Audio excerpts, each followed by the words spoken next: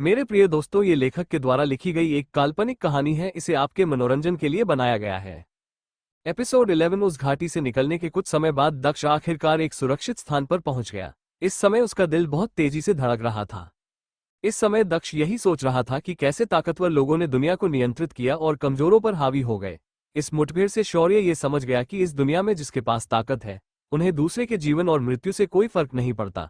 दरअसल अगर उन्हें हत्या करने का मन होता है तो वो उन्हें सीधे मार देते हैं, बस वे काफी मजबूत हो।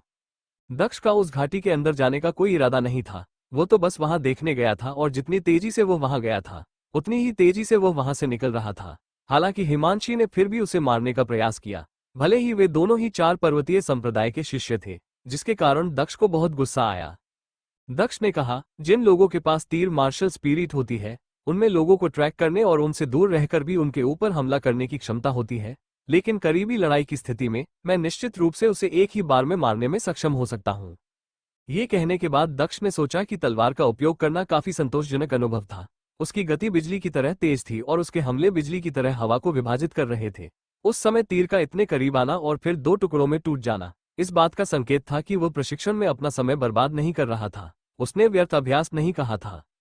वो 10 दिनों तक बिना किसी ब्रेक के लगातार पहाड़ की चोटी पर अभ्यास कर रहा था। अपनी लिटिल ब्लैक स्पिरिट की बदौलत वो बहुत सी बातें समझने में सक्षम हो गया था। दक्ष ने अपने मन में हिमांशी का नाम लिया। हिमांशी, मैं इसे याद रखूंगा।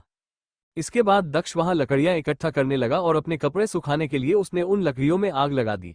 गर्म पानी के झील में भीगे रहने के कारण दक्ष के कपड़े अभी भी गीले थे। कुछ समय बाद जब दक्ष आग के सामने बैठा हुआ था, तभी उसे दूर से 4 आकृतियां दिखाई दी। ये सभी 4 पर्वतीय संप्रदाय के शिष्य थे। उन 4 परछाइयों में से एक, जिसने हल्के नीले रंग का वस्त्र पहना हुआ था, ने कहा, वहां कोई है, हमें उसे अपने साथ आने के लिए आमंत्रित करना चाहिए। हमारे साथ जितने अधिक लोग होंगे उतना ही बेहतर होगा। तभी उसके साथ के एक लंबे शिष्य ने कहा, लेकिन तुम नहीं जानते कि वो कितना शक्तिशाली है ना? और तुम उसको जानते तक नहीं हो। उस शिष्य की बात का किसी ने भी विरोध नहीं किया। उन 4 परछाइयों के समूह में 3 पुरुष और 1 महिला थी। वो जल्द ही दक्ष के पास आ गए। जब उनका समूह दक्ष के पास आया था, तब उस समूह में उपस्थित लड़की ने जब शौर्य को बिना शर्ट के केवल बनियान में देखा तो वो शर्माए बिना नहीं रह सकी। उस लड़की ने शर्मीली आवाज में कहा, हेलो, क्या आप अपना शर्ट पहन सकते हैं? ये सुनकर दक्ष ने उस लड़की की तरफ देखा। हालांकि वो लड़की हिमांशी की तरह सुंदर नहीं थी, लेकिन उसका चेहरा नाजुक और सुंदर था। उसकी त्वचा मुलायम और खूबसूरत लग रही थी। अपने पिछले जीवन में वह निश्चित रूप से एक सुंदर लड़की थी, लेकिन दक्ष का कहना था कि इस दुनिया की लड़कियां पिछले दुनिया की तुलना में कहीं अंदर सुंदर थी, क्योंकि वो साधना के मार्ग पर चलती थी। उस लड़की की तरफ देखने के बाद दक्ष ने मुस्कुराते हुए कहा, ठीक है। दक्ष एक काफी सहज व्यक्ति था, इसलिए वो जल्द ही सहमत हो गया। उसका साथ पाना कोई कठिन काम नहीं था। अपने कपड़े पहनने के बाद दक्ष ने कहा, आप लोग यहाँ क्यों आए हैं? आप लोग क्या चाहते हैं? इस पर हल्के नीले रंग का वस्त्र पहने उस युवक ने कहा, दरअसल हम सभी ब्लैक विंड माउंटेन पर जाना चाहते हैं और कुछ क्रूर जंगली जानवरों को मारना चाहते हैं, ताकि हम उनसे बहुमूल्य वस्तुएं प्राप्त कर सकें। इसलिए हम आपको हमारे साथ आने के लिए आमंत्रित करना चाहते हैं। अगर आप हमारे साथ आते हैं तो उन क्रूर जानवरों से प्राप्त बहुमूल्य वस्तुओं को आपके साथ समान रूप से साझा किया जाएगा। क्या आप इसमें रुचि रखते हैं? दरअसल ब्लैक विंड माउंटेन 4 पर्वतीय संप्रदाय के उत्तर की ओर स्थित है। यह अत्यंत विशाल था। कुछ शिष्यों ने अनुमान लगाया कि ब्लैक विंड माउंटेन पूरे 4 पर्वतीय संप्रदाय से कहीं अधिक विशाल था। जब 4 पर्वतीय संप्रदाय ने 4 पर्वतों में बसने का फैसला किया था, तो उन्होंने शायद इस तथ्य के बारे में सोचा था कि ब्लैक विंड माउंटेन निकट था। आखिरकार यह कृषकों के लिए खुद को चुनौती देने और अपनी ताकत और क्षमताओं का प्रशिक्षण करने के लिए एक आदर्श स्थान था। दरअसल क्रूर जंगली जानवरों का शिकार करने और उन्हें मारने से शिष्यों के प्रशिक्षण के साथ साथ अपने जीवन और मृत्यु के अनुभव को बेहतर बनाने के साथ साथ उपयोगी वस्तुएं इकट्ठा करने में भी मदद मिलती थी। उस हल्के नीले रंग के वस्त्र पहने युवक की बात सुनकर दक्ष ने ज्यादा सोचे बिना कहा, ठीक है, मैं तुम्हारे चलने के लिए तैयार हूं। दरअसल दक्ष स्वयं भी उनके साथ जाकर उन क्रूर जंगली जानवरों से लड़ना चाहता था और जितनी जल्दी हो सके खुद को मजबूत बनाना चाहता था। दक्ष की बात सुनकर वो युवा लड़की बहुत खुश हो गई। उसने उत्साहपूर्वक कहा, बहुत बढ़िया, इस तरह अब हम 5 लोग हुए हैं। अब अगर हमारा सामना 9वें स्तर के खूंखार जंगली जानवर से हो भी जाए तो भी कोई बड़ी बात नहीं होगी। उनके समूह में सबसे मजबूत ताकत वाला योद्धा सफेद वस्त्र पहने एक युवा पुरुष शिष्य था, जो कि ज्यादा बात नहीं करता था। वो साधारण ऊर्जा के 8वें स्तर तक पहुंच गया था। उसके अतिरिक्त अन्य 3 साधारण ऊर्जा के केवल 7वें स्तर तक ही पहुंच पाए थे। वो सभी दक्ष के साथ मिलाकर 4 पर्वतीय संप्रदाय के कुल 5 शिष्य हो गए थे। क्रूर जंगली जानवरों को 9 साधारण ऊर्जा स्तरों के आधार पर 9 स्तरों में विभाजित किया गया है। उन सभी को आशा थी कि उन्हें 8वें स्तर के या उससे अधिक शक्तिशाली जंगली जानवर का सामना नहीं करना पड़ेगा, जो उन्हें जोखिम और खतरनाक स्थिति में डाल देगा। इसके बाद हल्के नीले रंग के वस्त्र पहने युवक ने कहा, छोटे भाई, वो लड़का मेरा साथी शिष्य गौरव है और वो लड़की मेरी साथी शिष्या सरोजा है और वो लड़का जो पीछे खड़ा है वो मेरा साथी शिष्य कर्णप्रीत है। वो हमारे समूह में सबसे मजबूत योद्धा भी है और मेरा नाम सुजीत है। इस पर दक्ष ने मुस्कुराते हुए अपना सिर हिलाया और फिर उसने कहा, मेरा नाम दक्ष है। उद्धरण चिन्ह। दक्ष का नाम सुनकर सफेद कपड़े वाले युवक जिसका नाम कर्णप्रीत था, उसने अचानक कहा, दक्ष वह कूड़े का टुकड़ा। ये वह पहला शब्द था जो उसने दक्ष से मुलाकात के बाद कहा था। कर्णप्रीत की यह बात सुनकर दक्ष के चेहरे पर एक व्यंग्यात्मक मुस्कान आ गई। इसके बाद कर्णप्रीत ने कहा, सरोजा, कनिष्ठ साथी, ऐसा लगता है कि हम अपना समय बर्बाद कर रहे हैं। उसे हमारे साथ लाना हमारे लिए केवल एक बोझ होगा। उद्धरण चिन्ह। बाकी तीनों ने भी दक्ष का नाम पहले ही सुना हुआ था। भले ही 4 पर्वतीय संप्रदाय के कई शिष्यों ने दक्ष को कभी नहीं देखा था, लेकिन उन सभी ने उसका नाम जरूर सुना था। कर्णप्रीत की यह बात सुनकर दक्ष ने अपनी भौहें चढ़ा दी। इस अजीब स्थिति में बाकी तीनों लोग भी शर्मिंदा दिखे। इसके बाद गौरव नाम के लंबे युवा व्यक्ति ने ईमानदारी से दक्ष का साथ देते हुए कहा, दक्ष, छोटे भाई, कर्णप्रीत उच्च क्षमता वाला एक प्रतिभाशाली व्यक्ति है। वह साधना के मार्ग पर साधारण ऊर्जा के 8वें स्तर तक पहुंच गया है। उसके लिए अहंकारी होना स्वाभाविक बात है। तुम अपने आप को उसके स्तर से नीचे मत गिराओ। ऐसा व्यवहार करो जैसे कि तुमने कुछ सुना ही नहीं और उसकी टिप्पणी को नजरअंदाज कर दो। उद्धरण चिन्ह। इसके बाद सुजीत और सरोज ने भी कहा, बिल्कुल, मेरा साथी शिष्य सही कह रहा है। तुम कर्णप्रीत की बातों को नजरअंदाज कर दो। उद्धरण चिन्ह। यह सुनकर कर्णप्रीत का चेहरा थोड़ा कड़वा हो गया, लेकिन अंत में उसने कुछ नहीं कहा। दक्ष ने देखा कि अन्य 3 लोग ईमानदार थे, जिससे उसे थोड़ी शांति मिली। इसके बाद उसने उन तीनों को देखते हुए उनसे जुड़ने से इनकार नहीं किया। इस प्रकार वह 5 लोग पहाड़ों की ओर चले और अंततः ब्लैक विंड माउंटेन पर पहुंच गए। जब दक्ष और सभी लोग ब्लैक विंड माउंटेन पर पहुंचे, तब गौरव ने कहा, दक्ष, ब्लैक विंड माउंटेन एक अत्यंत विशाल क्षेत्र को कवर करता है। मुझे डर है कि केवल 4 पर्वतीय संप्रदाय के शिक्षक और सबसे अनुभवी योद्धा ही वास्तव में जानते हैं कि यह कितना बड़ा है। इसलिए हमें हमेशा इस ब्लैक विंड माउंटेन के बाहरी क्षेत्रों में ही रहना चाहिए। उद्धरण चिन्ह। गौरव की यह बात सुनकर दक्ष ने अपना सिर हिलाया। वह शुरू से ही गौरव को एक बुद्धिमान व्यक्ति के रूप में पहचान चुका था और उसका उससे नाराज होने का कोई इरादा भी नहीं था। ब्लैक विंड माउंटेन पर कई प्रकार के घास, पेड़ पौधे और कांटे उगे हुए थे। ब्लैक विंड माउंटेन पर पेड़ बहुत बड़े और घने थे, जिससे छिपने के लिए पर्याप्त जगह मिल जाती थी। ये क्रूर जंगली जानवरों के लिए एक छोटा सा स्वर्ग भी कहा जा सकता था। जब वह सभी आगे की ओर बढ़ रहे थे, तभी अचानक गौरव ने कहा, 5वें स्तर का ब्रिज वुल्फ, उसे जल्दी से पकड़ो। उद्धरण चिन्ह। गौरव ने झाड़ी के अंदर एक जोड़ी चमकदार आंखें देखी थी, जिससे वह पहचान गया कि यह एक हवाई भेड़िया है। इसके तुरंत बाद सुजीत ने अपनी पीठ से तलवार निकाल ली। उसकी तलवार चंद्रमा के समान सफेद थी। स्वीश। जैसे ही सुजीत ने ब्रिज वुल्फ के सिर पर वार किया, तो उसकी तलवार से एक हल्की सी आवाज निकली और उसने एक ही हमले में उस ब्रिज भेड़िए को खत्म कर दिया। इसके बाद गौरव ने प्रसन्नता पूर्वक हंसते हुए कहा, ब्रिज वुल्फ, जैसा कि अपेक्षित था, बड़ी आसानी से मारा गया। उद्धरण चिन्ह। इसके बाद जल्द ही सुजीत और गौरव ने उस ब्रिज वुल्फ के शरीर से उपयोगी वस्तुओं को उठा लिया। इधर उन दोनों को ऐसा करते हुए देखकर कर्णप्रीत ने तिरस्कारपूर्ण और उदासीन स्वर में कहा, 5वें स्तर का क्रूर जंगली जानवर, बस इतना ही। उद्धरण चिन्ह। कर्णप्रीत का स्वर इस समय बहुत अहंकारी लग रहा था। जैसे ही दक्ष ने कर्णप्रीत की यह बात सुनी, तब उसने अपना सिर हिला दिया। कर्णप्रीत की साधना साधारण ऊर्जा के 8वें स्तर पर ही थी। भले ही वह बाकी तीनों से अधिक मजबूत था, लेकिन उसे असाधारण स्तर की प्रतिभा के रूप में नहीं माना जा सकता था। जल्द ही ब्रिज वुल्फ से सामान्य इकट्ठा करने के बाद वह सभी आगे की ओर चले गए। समय समय पर उन्हें अनेक क्रूर जंगली जानवरों का सामना करना पड़ता था, लेकिन वह सभी 7वें स्तर से नीचे के थे, इसलिए उन सभी से निपटना काफी आसान था। कुछ देर बाद गौरव ने जोर से हंसते हुए कहा, हा हा हा हा, बैग लगातार भारी होता जा रहा है। हमारे पास पहले से ही 30 से 40 आइटम है। लूट का सामान बहुत खराब नहीं है। उद्धरण चिन्ह। तभी सुजीत ने कहा, हम पहले ही ब्लैक विंड माउंटेन के अंदर कुछ दर्जन किलोमीटर चल चुके हैं।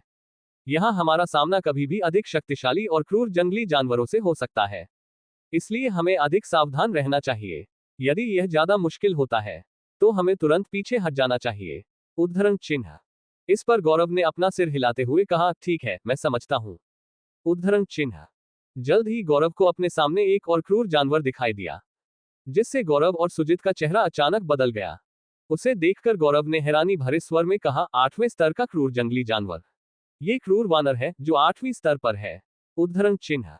दरअसल जो जंगली जानवर अभी दिखाई दिया था, उसका शरीर विशालकाय था। वह एक बहुत बड़े वानर की तरह था। क्रूर वानर एक बेहद हिंसक जंगली जानवर माना जाता है। उसके पास तेज नुकीले पंजे और दांत हैं, जिससे वह किसी को चीर सकता है। ये जंगल के किनारों पर रहने वाले सबसे ताकतवर जानवरों में से एक है। क्रूर वानर को देखकर सरोजा ने कर्णप्रीत से कहा, कर्णप्रीत, इसे तुम संभालो। उद्धरण चिन्ह। कर्णप्रीत साधारण ऊर्जा के 8वें स्तर पर था, इसलिए 8वें स्तर का क्रूर जंगली जानवर कर्णप्रीत को चोट नहीं पहुंचा सकता था, क्योंकि कर्णप्रीत की ताकत 8वें स्तर के क्रूर जंगली जानवर से कहीं ज्यादा अधिक थी। सरोजा की बात सुनकर कर्णप्रीत ने हंसते हुए कहा, हे सरोजा, तुम इतनी चिंतित क्यों हो? हमारे समूह में एक ऐसा व्यक्ति भी है जो बिना कुछ किए शिकार से मिलने वाले लाभ का फायदा उठाना चाहता है। क्या वह सचमुच एक उंगली भी नहीं उठाना चाहता है? उद्धरण चिन्ह। ये कहने के बाद कर्णप्रीत ने दक्ष की ओर बुरी नजर से देखा।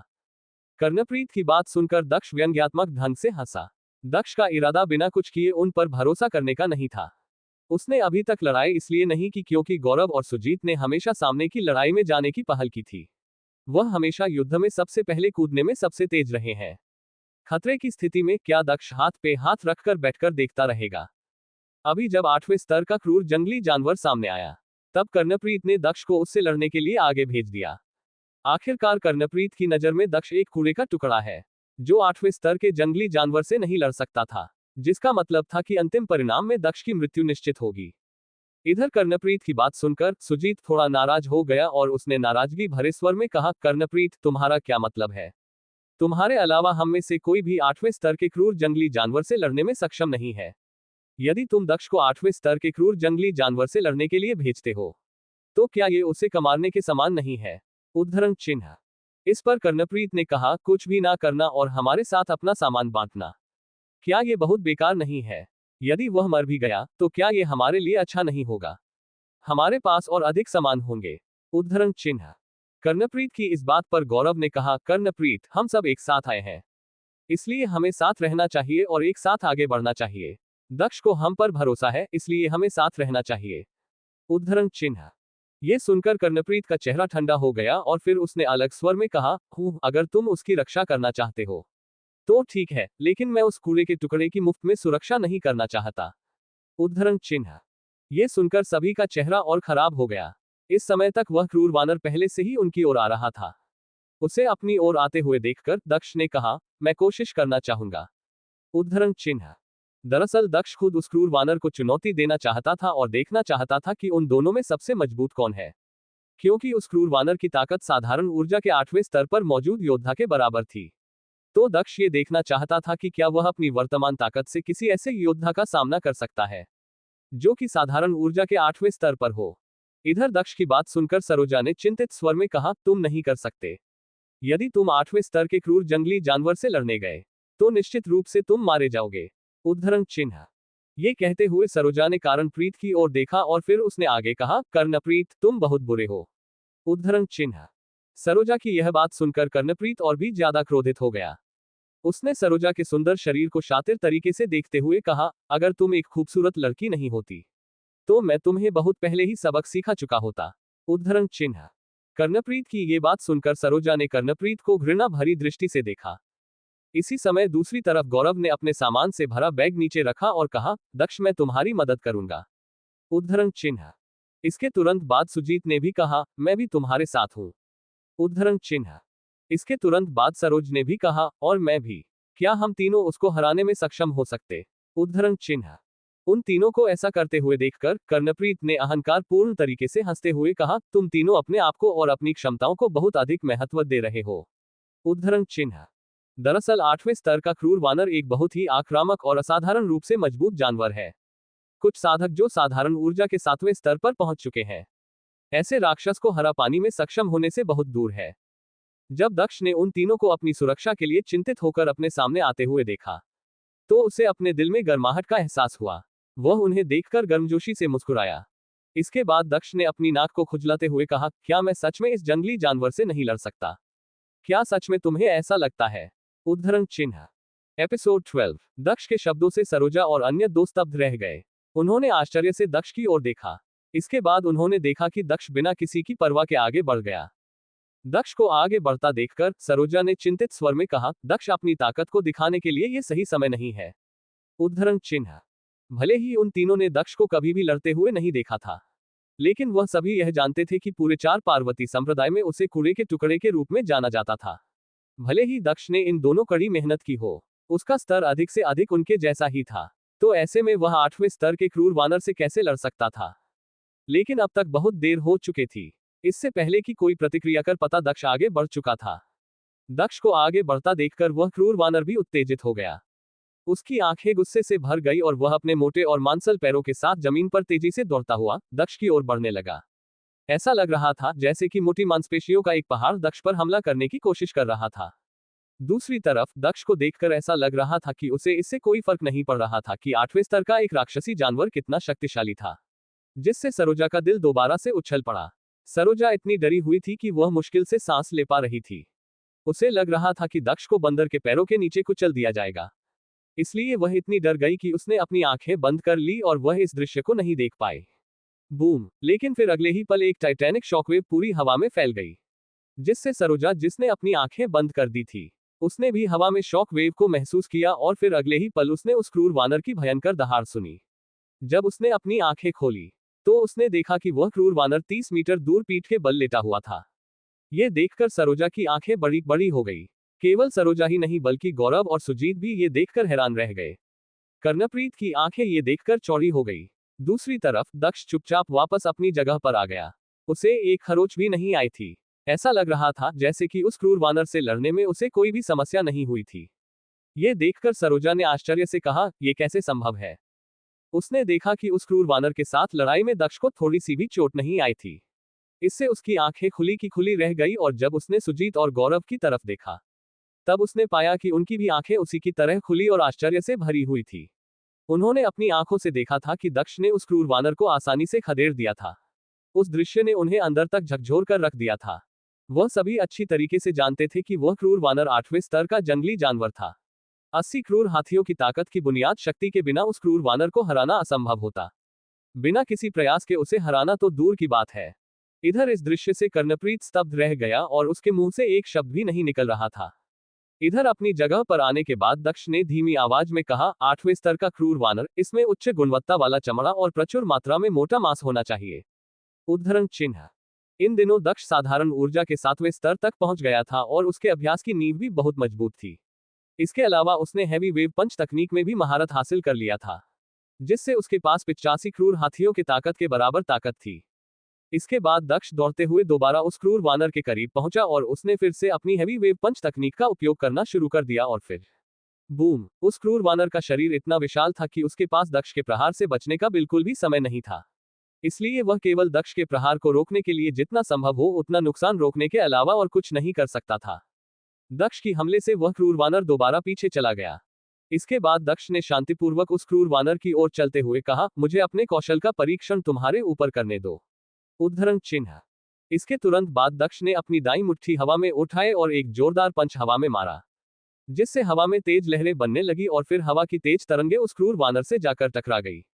इसके बाद अगले ही पर हड्डियों के चटकने जैसी आवाज सुनाई दी। इधर सरोजा और अन्य सभी इस दृश्य को देखकर आश्चर्यचकित थे। इस समय दक्ष उस क्रूर वानर से भी अधिक क्रूर और जानलेवा दिख रहा था। दक्ष अपनी हैवी वेव 5 तकनीक का उपयोग करते हुए लगातार मुक्का मार रहा था और रुकने का कोई भी संकेत नहीं दे रहा था। हवा में कंपन कई 100 मीटर तक फैल रही थी। उस क्षेत्र में अत्यंत दमनकारी लहरों की परत दर परत लहरें उड़ती रही, जिससे सभी को पता चला कि वह कितना शक्तिशाली था। दक्ष का ऐसा रूप देखकर सरोजा ने सोचा, दक्ष ने वास्तव में हैवी वेव पंच तकनीक का पूरा उपयोग किया है। वह इसे बहुत ही कुशलता पूर्वक उपयोग कर रहा है। इस तकनीक की शक्ति एक अलग ही स्तर पर है। उसने अपनी तकनीक को पूर्णता के उस मुकाम तक पहुंचा दिया है जहां तक कई लोग इस जीवन काल में पहुंचने में सक्षम नहीं हो सकते। उद्धरण चिन्ह। फिर कुछ पल रुकने के बाद सरोजा ने सोचा, हवा में अभी भी लहरें नहीं रुक रही हैं। यह समझना बेहद कठिन है कि दक्ष इन हैवी वेव पंच तकनीक तरंगों का उपयोग कैसे कर रहा है। दक्ष की प्राकृतिक प्रतिभा बहुत ही अद्भुत है। उद्धरण चिन्ह। ये कहने के बाद सरोजा सोच में डूब गई। बूम! कुछ पलों के बाद हवा में कंपन का एहसास बंद हो गया और क्षेत्र फिर से शांत हो गया। दक्ष ने घूमकर सभी लोगों को देखा और फिर उसने कहा, तुम लोग आकर कीमती सामान ले लो। मैं बहुत थक गया हूं। उद्धरण चिन्ह। दक्ष की यह बात सुनकर सभी लोग अपने होश में आए। इसके बाद गौरव ने कहा, हाँ। इसके बाद उसने उसे क्रूर वानर की तरफ देखा जो कि इस समय मर चुका था। उस क्रूर वानर के शव को देखकर गौरव का चेहरा उत्साह से भर गया। क्रूर वानर के शरीर की सभी वस्तुएं बहुत ही कीमती होती हैं। इसकी चमड़ी बेहद मोटी होती है और उसे चीरना बेहद मुश्किल होता है। इसके बाद गौरव ने हंसते हुए कहा, हा हा हा हा दक्ष, तुम बहुत कुशल हो। चलो आशा करते हैं कि हमारा सामना किसी 9वें स्तर के खूंखार जंगली जानवर से ना हो। कहीं ऐसा ना हो कि हम उसे रोक ही ना सके। उद्धरण चिन्ह। ये कहते हुए गौरव क्रूर वानर के शरीर से सभी कीमती वस्तुओं को निकालकर अपने बैग में डाल रहा था। कुछ समय बाद सभी सामान को इकट्ठा करने के बाद उसने बैग को अपनी पीठ पर रख लिया। इधर गौरव की बात सुनकर दक्ष ने हंसते हुए कहा, हा हा हा हा, चलो आगे बढ़ते हैं। शायद हमारा सामना और भी 8वें स्तर के कुछ और जंगली जानवरों से हो जाए। उद्धरण चिन्ह। जैसे ही दक्ष ने ये कहा, तभी उन सभी के पीछे से एक व्यंग्यात्मक आवाज आई, ये तो बस किस्मत का खेल था। वह जानवर जो अभी हमला नहीं कर सकता, अन्यथा तुम उसका मुकाबला कभी नहीं कर सकते थे। उद्धरण चिन्ह। यह आवाज किसी और की नहीं बल्कि कर्णप्रीत की थी। ये कहते हुए कारणप्रीत आगे की ओर बढ़ गया। कर्णप्रीत की ये बात सुनकर सरोजा और बाकी लोग बहुत गुस्से में थे। सरोजा ने गुस्से से कहा, कर्णप्रीत तुम। लेकिन इसके बाद उसने आगे कुछ भी नहीं कहा और बस अपना मुंह बंद कर लिया, क्योंकि वह जानती थी कि उसे कुछ भी कहने का कोई मतलब नहीं था। इसके बाद समूह आगे की ओर बढ़ गया। इस समय कर्णप्रीत सामने चल रहा था और उम्मीद कर रहा था कि कुछ क्रूर जंगली जानवर उसे अपने बेहतर कौशल का प्रदर्शन करने के लिए प्रेरित कर सके। लेकिन कोई भी क्रूर जानवर उसके पास नहीं आ रहा था। किसी भी दिशा में उसे किसी भी जंगली जानवर का कोई भी संकेत नहीं मिल रहा था, जिससे कर्णप्रीत बहुत गुस्से में आ गया। जब सभी लोग आगे की ओर बढ़ रहे थे, तभी दक्ष ने कहा, यहाँ कुछ गड़बड़ है। उद्धरण चिन्ह। इस समय अभी वह जिस हिस्से में थे, वह अन्य हिस्सों की तुलना में बहुत अधिक शांत था, जिससे दक्ष को वहां किसी गड़बड़ी का एहसास हो रहा था। अगले ही पल सुजीत ने भी कहा, वास्तव में सच में यहाँ कुछ गड़बड़ है। उद्धरण चिन्ह। सुजीत के ये कहने के बाद सरोजा और गौरव जो काफी तेज चल रहे थे, वह भी धीमे हो गए, क्योंकि उन्होंने देखा कि कर्णप्रीत जो सबसे आगे चल रहा था, उसने भी तेजी से चलना कम कर दिया था और धीरे धीरे वह उनके करीब आ रहा था। ये देखकर सभी लोग समझ गए कि आगे कुछ खतरा है। जब सभी लोग इसी के विषय में सोच रहे थे, तभी अचानक उनके सामने एक काली परछाई कहीं से प्रकट हो गई, जिसे देखकर समूह में सभी लोगों के चेहरे के भाव थोड़े बदल गए। वह परछाई एक भेड़िए की थी, जिसके चेहरे पर एक क्रूर और भयानक मुस्कान थी। वह अपनी जानलेवा नजरों से उन सब की ओर देख रहा था। उस भेड़िए को देखकर अचानक गौरव ने कहा, हेल वुल्फ। यह एक हेल वुल्फ है। यह एक 9वें स्तर का क्रूर जंगली जानवर है।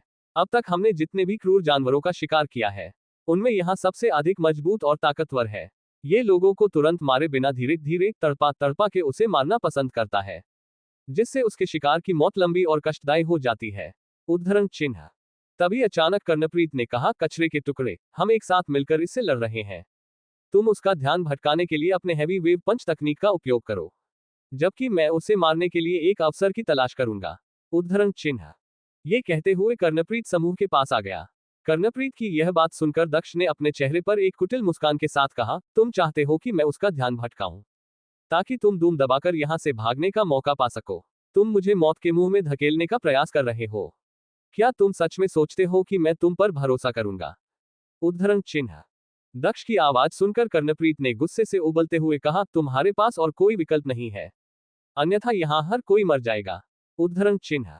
कर्णप्रीत की यह बात सुनकर दक्ष ने मुस्कुराते हुए कहा, हालांकि मैं ऐसा नहीं सोचता। मुझे ऐसा लगता है जैसे कि तुम अभी तक बिल्कुल भी नहीं लड़े हो। क्या तुम बिना शिकार किए ही सभी लाभ मुफ्त में पाना चाहते हो? लेकिन मैं तुम्हें बिना कुछ किए सुरक्षा देने के लिए तैयार नहीं हूं। उद्धरण चिन्ह। ये बिल्कुल वही शब्द थे जो कर्णप्रीत ने पहले दक्ष के लिए कहे थे। इस समय दक्ष ने कर्णप्रीत के शब्द उसके चेहरे पर ही वापस फेंक दिए थे।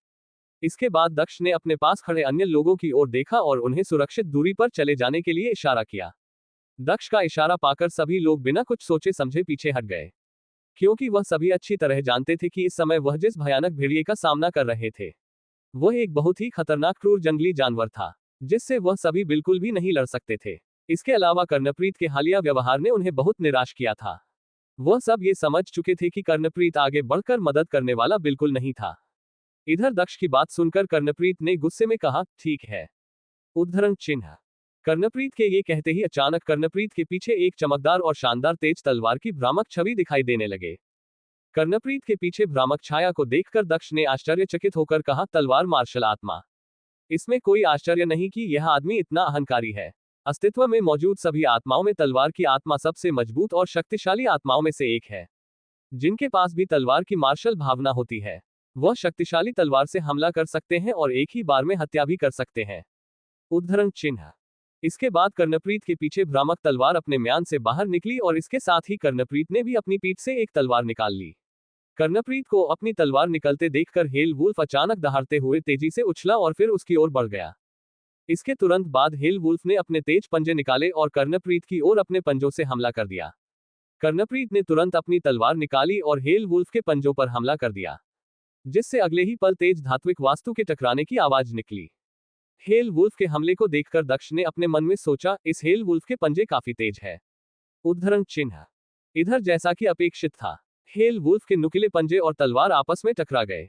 हेल वुल्फ इतना शक्तिशाली था कि उसकी ताकत ने कर्णप्रीत को 10 मीटर पीछे फेंक दिया और जहां हेल वुल्फ का पंजा और कर्णप्रीत की तलवार आपस में भिड़े थे, उस जगह पर स्पष्ट रूप से एक असाधारण शक्तिशाली हमले का विस्फोट हुआ था। जैसे ही कर्णप्रीत कुछ कदम पीछे गया, तब उस हेल वुल्फ ने कर्णप्रीत को आराम करने का बिल्कुल भी मौका नहीं दिया और दोबारा कर्णप्रीत की ओर छलांग लगा दी। वह बिजली की तरह तेजी से कर्णप्रीत की ओर बढ़ गया। इधर ये देखकर कर्णप्रीत ने तुरंत अपनी तलवार घुमाई। उसके सामने तुरंत मकड़ी के जाल के समान एक पैटर्न बन गया, जो कि तलवार रोशनी से बना था। लेकिन फिर अगले ही पल कर्णप्रीत का चेहरा बदल गया, क्योंकि उसने देखा कि वह हेल वुल्फ उसकी नजरों से ओझल हो चुका था। यह देखकर कर्णप्रीत पूरी तरह से भयभीत हो गया। इसके बाद उसने बिल्कुल भी हिचकिचाहट नहीं दिखाई और तुरंत अपनी तलवार को फेंक दिया और तेजी से पीछे की ओर भागने लगा। यह देखकर सरोजा ने तुरंत गुस्से से चिल्लाते हुए कहा, काय। इस समय कोई भी देख सकता था कि कर्णप्रीत उस हेल वुल्फ के खिलाफ बिल्कुल भी नहीं जीत सकता था। इसलिए उसने अपनी तलवार फेंक दी और दूसरों की परवाह किए बिना ही वह यहां से भाग निकला। इधर दूर से सरोजा की बात सुनकर कर्णप्रीत ने कहा, अगर मैं मर गया तो तुम भी मर जाओगे। उद्धरण चिन्ह। ये कहते हुए वह उन सभी की ओर भागने लगा, जिससे वह हेल वुल्फ भी कर्णप्रीत के पीछे उनकी ओर चला गया। लेकिन इसी समय दक्ष ने चिल्लाते हुए कहा, भाड़ में जाओ। ये कहते ही दक्ष ने अपनी हैवी वेव पंच तकनीक का उपयोग किया, जिससे हवा में तेज वायु लहरें बनने लगी, जो सीधे जाकर कर्णप्रीत से जा टकराए और उसके तुरंत बाद कर्णप्रीत दक्ष के हमले से वापस पीछे की ओर उड़ गया। जमीन पर गिरते ही कर्णप्रीत ने दक्ष की ओर घृणा भरी दृष्टि से देखते हुए कहा, क्या तुम। लेकिन इससे पहले कि वह आगे कुछ और बोल पाता, उसके मुंह से एक तेज चीख निकली। इस समय सभी ने देखा कि उस हेल वुल्फ के पंजे कर्णप्रीत की पीठ में धंस चुके थे, जिससे खून निकल रहा था और फिर अगले ही पल कर्णप्रीत जमीन पर गिर पड़ा। इसके बाद वह हेल वुल्फ जोर से चिल्लाया। उस हेल वुल्फ का पंजा अभी भी कर्णप्रीत के शरीर पर था। उसे कर्णप्रीत को मारने की कोई जल्दी नहीं थी। इस समय हेल वुल्फ ने अपनी ठंडी आंखों से दक्ष की ओर देखा। इससे सभी को ठंडक का एहसास हुआ। इस समय सुजीत ने कर्णप्रीत की ओर देखते हुए कहा, हेल वुल्फ उसे चोट पहुंचा रहा है, लेकिन वह उसे मार नहीं रहा है, क्योंकि वह अपने शिकार को धीरे धीरे मारना पसंद करता है। वह अपने शिकार को अत्यधिक पीड़ा देना ज्यादा पसंद करता है। उद्धरण चिन्ह। ये कहते हुए सुजीत को कर्णप्रीत के लिए सहानुभूति महसूस हुई। इसी समय अचानक दक्ष ने कहा, हेल वुल्फ की कमजोरी क्या है। उद्धरण चिन्ह। अचानक दक्ष की आवाज सुनकर सुजीत आश्चर्यचकित हो गया और वह दक्ष की ओर देखने लगा। इसके तुरंत बाद सुजीत ने कहा, हेल वुल्फ बहुत तेज हमलावर है। इसके हमले मजबूत और शक्तिशाली होते हैं। यह अपनी सुरक्षा अच्छे से नहीं कर पाता। इसकी गर्दन विशेष रूप से कमजोर है, लेकिन यह अपने सुरक्षा के लिए अपने नुकीले पंजों का उपयोग कर सकता है। यदि तुम उसके गर्दन तक पहुंचाना चाहते हो, तो तुम्हें पहले उसके पंजों से निपटना होगा। उद्धरण चिन्ह। सुजीत यह अच्छे से जानता था कि दक्ष की हैवी वेव पंच तकनीक एक बड़े क्षेत्र को कवर कर सकती थी और उसमें बेहद मजबूत शक्ति थी। लेकिन हैवी वेव पंच तकनीक कोई त्वरित हमला नहीं था। ऐसे में दक्ष के लिए नर्क भेड़िए के पंजों से बचाना और उसकी गर्दन तक पहुंचना एक असंभव कार्य था। उसे समझ नहीं आ रहा था कि दक्ष उससे ऐसा सवाल क्यों पूछ रहा था। इस समय वह सभी यहां फंस गए थे। यदि वे भागने की कोशिश करते हैं, तो भेड़िया उन्हें आसानी से पकड़ लेता। वे केवल यहां रह सकते थे और देख सकते थे। लेकिन फिर अगले ही पल दक्ष ने सभी के आश्चर्यचकित निगाहों के तहत गलती से उस हेल वुल्फ की तरफ अपना एक कदम बढ़ा दिया, जिससे वह हेल वुल्फ अचानक समूह को ठंडी नजरों से घूरने लगा। एपिसोड 13 अर्घ। जैसे ही दक्ष ने अपना कदम बढ़ाया, तभी उसे अपनी गलती का एहसास हुआ। उसने तो बस एक छोटा सा कदम ही उठाया था, लेकिन इससे सरोजा बहुत ही ज्यादा डर गई और उसका शरीर डर से भर गया।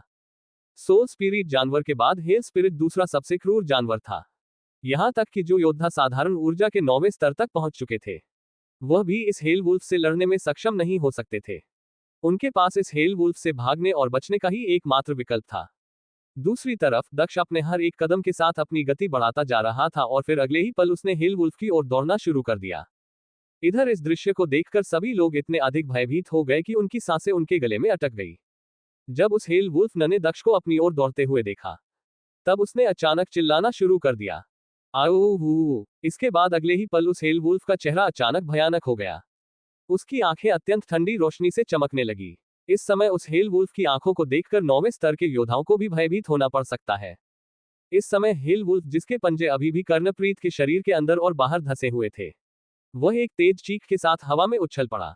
अगले ही पल उस हेल वुल्फ का शरीर धीरे धीरे काला होने लगा और फिर अचानक एक शानदार सफेद रोशनी उसके शरीर पर चमकने लगी, जिसने उसके पूरे शरीर को एक सफेद चमक से ढक दिया। यह देखकर सरोजा तुरंत चिल्लाई, दक्ष, जल्दी वापस आओ। लेकिन तब तक बहुत देर हो चुकी थी। दूसरी तरफ दक्ष ने अपनी मूनलाइट फेदर एजिलेट तकनीक का उपयोग करना शुरू कर दिया था और उसकी गति तेजी से बढ़कर उच्चतम संभव गति तक पहुंच गई थी। सुजीत और गौरव इतने सदमे में थे कि वह अकड़कर अपनी जगह पर जम गए थे। उनके दिल इतनी तेजी से धड़क रहे थे कि ऐसा लग रहा था जैसे कि वह एक समय रुक जाएगा। जब तक लड़ाई शुरू नहीं हुई, उनके पास यह महसूस करने का समय भी नहीं था कि अभी क्या हो रहा था। इसके बाद अगले ही पल उस हेल वुल्फ के सामने अचानक एक चमकीली रेखा हवा में दिखाई दी। इसके बाद जब रोशनी गायब हो गई, तब ऐसा लगा जैसे समय रुक सा गया हो। अचानक दक्ष ने हिलना बंद कर दिया और भयानक भेड़िया भी एक विजय गुर्राहट के साथ जमीन पर उतर गया। फिर कुछ फलों तक पूरा क्षेत्र सन्नाटे में डूब गया। सभी लोग इस समय अपनी भयभीत दृष्टि से दक्ष को देख रहे थे। उन सबके मन में केवल एक ही बात चल रही थी, क्या दक्ष वास्तव में मर चुका है? लेकिन फिर अगले ही पल अपने सामने हुए परिवर्तन से सभी लोग आश्चर्यचकित रह गए। उन्होंने देखा कि हेल वुल्फ अचानक से चिल्लाने लगा, गर्रा आओ, और फिर अगले ही पल वह एक धड़ाम की आवाज के साथ जमीन पर गिर पड़ा। उस हेल वुल्फ के गले में अचानक एक पतली लाल रेखा दिखाई दी, जिसमें से खून बह रहा था। इस दृश्य को देखकर सभी लोग आश्चर्य से हौंफने लगे और उन्होंने एक स्वर में कहा, हेल वुल्फ मारा गया। उद्धरण चिन्ह। इधर इसी समय पर सरोजा ने दक्ष की ओर देखते हुए कहा, दक्ष, क्या तुम ठीक हो? उद्धरण चिन्ह। ये कहते हुए सरोजा की आवाज घबराहट और चिंता से भरी हुई थी, क्योंकि उन सभी ने देखा कि दक्ष अभी भी अपने पैरों पर खड़ा था, लेकिन वह अभी तक नहीं हिल रहा था। यहां तक कि सांस लेने का भी कोई संकेत नहीं दिख रहा था। लेकिन फिर अगले ही पल दक्ष के शरीर में हलचल होने लगी। दक्ष ने एक गहरी सांस ली और फिर वह धीरे धीरे घूम गया। उसकी आंखें चमक रही थी और उसके चेहरे पर एक बड़ी सी मुस्कान थी। इसके बाद दक्ष ने सुजीत, गौरव और सरोजा की ओर देखते हुए कहा, हाँ मैं ठीक हूं। उद्धरण चिन्ह। ये कहने के बाद दक्ष उस पल के बारे में सोचने लगा जब उसने हमला किया था। जब दक्ष ने अपनी तलवार म्यान से निकाली, तब ऐसा लगा जैसे कि एक उल्का तेजी से हवा से गुजर रहा हो, जिससे एक रोशनी की लकीर बन गई। यह इतनी अविश्वसनीय शक्ति से चमक रहा था, जिसे देखने से ही प्रतिद्वंद्वी को अपनी आंखों में चुभन महसूस हो सकती थी। इधर दक्ष की यह बात सुनकर गौरव, सुजीत और सरोजा तीनों ने राहत की सांस ली। उन्हें ऐसा महसूस हो रहा था कि वह अपने आप में वापस आ गए हो। इसके बाद उन्होंने दक्ष को एक अजीब नजरों से देखा, जैसे कि दक्ष कोई भयानक राक्षस हो। जब दक्ष ने उन तीनों को अपनी ओर ऐसे देखते हुए देखा, तब उसे थोड़ा अजीब लगा और उसने अपना चेहरा खुजलाते हुए शर्मिंदगी से कहा, तुम सभी मुझे इस तरह क्यों देख रहे हो? उद्धरण चिन्ह। इस पर गौरव ने कहा, बिल्कुल भयानक। उसके मुंह से केवल यही एक शब्द निकला, जिस पर सरोजा और सुजीत ने भी गंभीरता से सिर हिलाया। यह देखकर दक्ष काफी हैरान रह गया। इसके बाद सरोजा ने दक्ष से कहा, दक्ष, क्या तुम्हारे पास तलवार की आत्मा है? उद्धरण चिन्ह। सरोजा ने ऐसा इसलिए पूछा क्योंकि उसे स्पष्ट रूप से पता था कि एक पल पहले जो रोशनी हवा में चमकी थी, वह तलवार के कारण उत्पन्न हुई थी। केवल एक तलवार ही इतनी तेज हो सकती थी। सरोजा की इस बात पर दक्ष ने अपना सिर हिलाया और कहा, तुम गलत समझ रही हो। मैंने अभी अभी तलवार चलाना सीखा है। उद्धरण चिन्ह। दक्ष की यह बात सुनकर सरोजा का चेहरा संदेह से भर गया और उसने कहा, मैं गलत समझ रही हूं। पर यह कैसे हो सकता है कि तुम्हारे पास तलवार की भावना ना हो और तुम तलवार को इस तरह से चला सको? उद्धरण चिन्ह। इस पर दक्ष ने अपना सिर हिलाते हुए कहा, दरअसल वास्तव में मेरे पास तलवार की मार्शल भावना नहीं है। उद्धरण चिन्ह। दक्ष का ये जवाब सुनकर सरोज ने अपना सिर हिलाया। सरोज ने सोचा, जिसके पास तलवार की भावना नहीं है, वह बिजली की गति से तलवार कैसे चला सकता है? उद्धरण चिन्ह। दक्ष के कौशल वाकई भयानक थे। उदाहरण के लिए उसकी हैवी वेपंच तकनीक पहले से ही उपलब्धि के उच्चतम संभव स्तर तक पहुंच चुकी थी। इसके बाद सरोजा ने एक डरपोक मुस्कान के साथ दक्ष से कहा, दक्ष, क्या ऐसा हो सकता है कि तुम सभी प्रकार के कौशल का अभ्यास और उपयोग करने में सक्षम हो? उद्धरण चिन्ह।